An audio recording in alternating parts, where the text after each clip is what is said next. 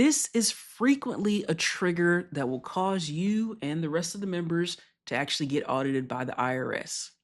You see, the entire point of electing S Corp status is to minimize your employment taxes by taking a portion of your profits as distributions instead.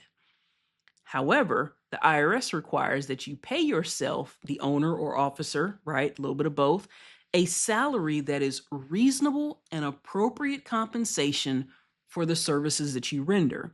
In other words, you don't just get to decide, hey, I'm going to pay myself a really tiny salary so that I have very little in the way of employment taxes and then take my distributions under more favorable tax rules. Your salary has to be reasonable based on your actual job. So I'm a lawyer. It's probably not reasonable for me to elect to be taxed as an S Corp and say I'm going to pay myself a salary of $5,000 a year. No lawyer in the country works for that salary. The IRS knows that business owners want to reduce their employment taxes by treating as much of their pay as possible as distributions instead of salary, or you start to get into that really funny business where you're misclassifying payments as things like loans to the company, or you're trying to hide personal expenses within your company's books and records. The IRS expects you to treat these payments, especially when they benefit you, as salary that's subject to federal employment tax withholding.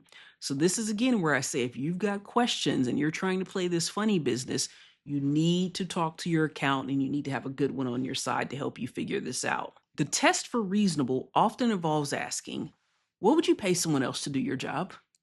Right? Like I said, no lawyer in the country is going to work for $5,000 a year. That's just not going to happen. So you need to be able to justify your salary as an owner in the S Corp based on industry standards, your geographical location, the complexity of the business, and the extent of your services. And if you don't pay a reasonable salary, the IRS can reclassify those distributions that you were getting at a better tax rate as wages and then turn around and charge you for the back employment taxes and penalties.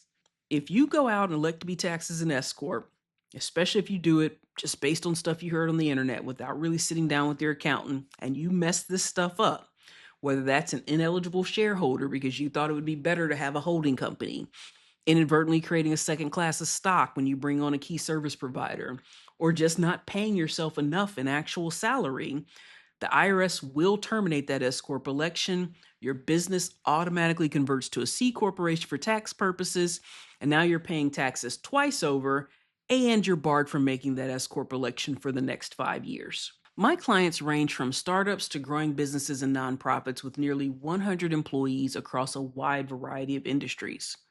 If you love what you do and you want to build something amazing without running afoul of the IRS, then let's talk.